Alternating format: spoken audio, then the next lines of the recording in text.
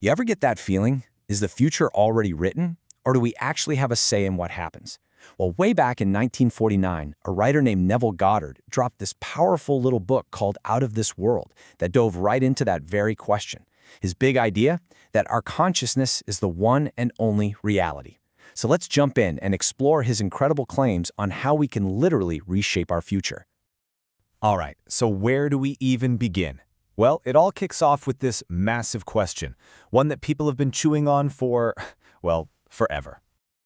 Goddard starts with something a lot of us can relate to, or at least have heard about. You know, that weird experience of seeing something happen before it actually happens. He even said it happened to him. And if you think about it logically, that kind of suggests the future is already mapped out, right? I mean, if you can see it, it's got to be there. But is it really that simple? Nope. Right out of the gate, Goddard just flips that whole idea on its head. He says, yeah, okay, the future exists, but it is not set in stone. In fact, he says the most incredible thing about our future is just how flexible it is. It's not a single railroad track we're stuck on. And this is where he makes this really wild claim. He says your future isn't determined by your actions, but by your attitudes. It's not about what you do, it's about who you believe you are. Your deep-down concept of yourself. That's what's actually building your tomorrow. This is the absolute core of his entire philosophy. Okay, so to really get how this is supposed to work, we've got to kind of zoom out. We need to think about reality in a totally different way. Goddard basically asks us to imagine that the world we see with our eyes isn't the whole picture. There's a dimensionally larger world out there. He calls this fourth dimension time. Now, get this. In this dimension, every single moment, past, present, and future, is all happening at once. It's all there, simultaneously.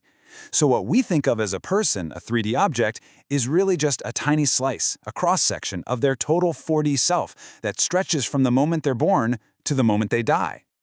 So Goddard says we have two ways of looking at the world. First, there's what he calls the natural man.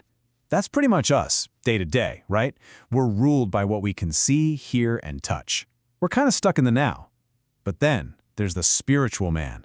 This part of us operates through controlled imagination. It's driven by our desires, and it can see the whole timeline. What that really means is, if you want to see beyond this tiny little slice of now, you can't use your eyes and ears. You've got to use a totally different tool. It's an inner perception. That's the spiritual view he's talking about. Okay, so if the future is flexible and all these different futures exist in this bigger dimension, how in the world do we pick the one we want? Well, this is where we get to the real engine of change in his system. It's something he calls the power of assumption. Now, an assumption, the way Goddard talks about it, it's not just, wishful thinking. It's way more intense than that. It's the act of feeling, right here, right now, what it would feel like if your wish was already a reality. That feeling, that's the whole secret. To desire a state is to already possess it in your imagination. And that's where the creative power comes from. He says that if you hold on to an assumption and it feels totally real inside you, even if everything you see around you screams no, if you persist, it will harden into a fact. It's like a mental blueprint that eventually just has to build itself in the real world. So practically speaking, how does this even work? Well, a really deeply felt assumption isn't passive. It doesn't just sit there. It's an active force. It starts to wake up everything it needs to become real.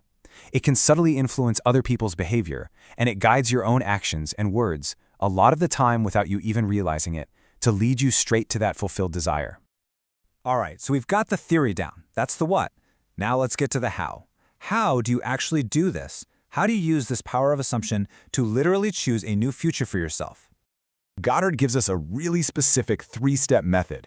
Step 1. Know exactly what you want. You have to be crystal clear. Step 2. Create a short, simple scene in your mind that implies it's already done. So not the moment you get the promotion, but maybe a friend shaking your hand and congratulating you.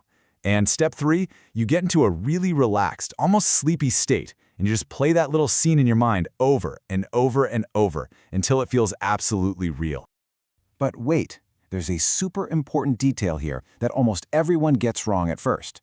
You are not watching a little movie of yourself. You have to be in the scene. You're the one feeling it from a first-person point of view.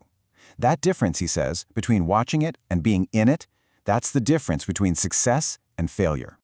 Here's a great way to think about it, using his famous ladder analogy. It's one thing to watch yourself climbing a ladder on a screen in your mind. It's something else entirely to actually feel the wooden rungs in your hands, feel your muscles moving as you pull yourself up, to feel like you are actually climbing it. That feeling of, I am doing this right now, that's the key. And all of this leads to, well, to the biggest and probably the most profound idea in this whole philosophy. Think about it. If your inner world, your consciousness, is literally creating your outer world, then trying to change things out there without first changing things in here is just pointless. It's a waste of energy. The real work, the only work, is always on the inside. I mean, it's an idea as old as time, right? As within, so without. The world you see around you is just a big mirror. It's reflecting back to you who you believe you are. And you can't change the reflection by yelling at the mirror. You have to change what's standing in front of it. So the big takeaway here is that you stop fighting the world. You don't have to manipulate people or force things to happen.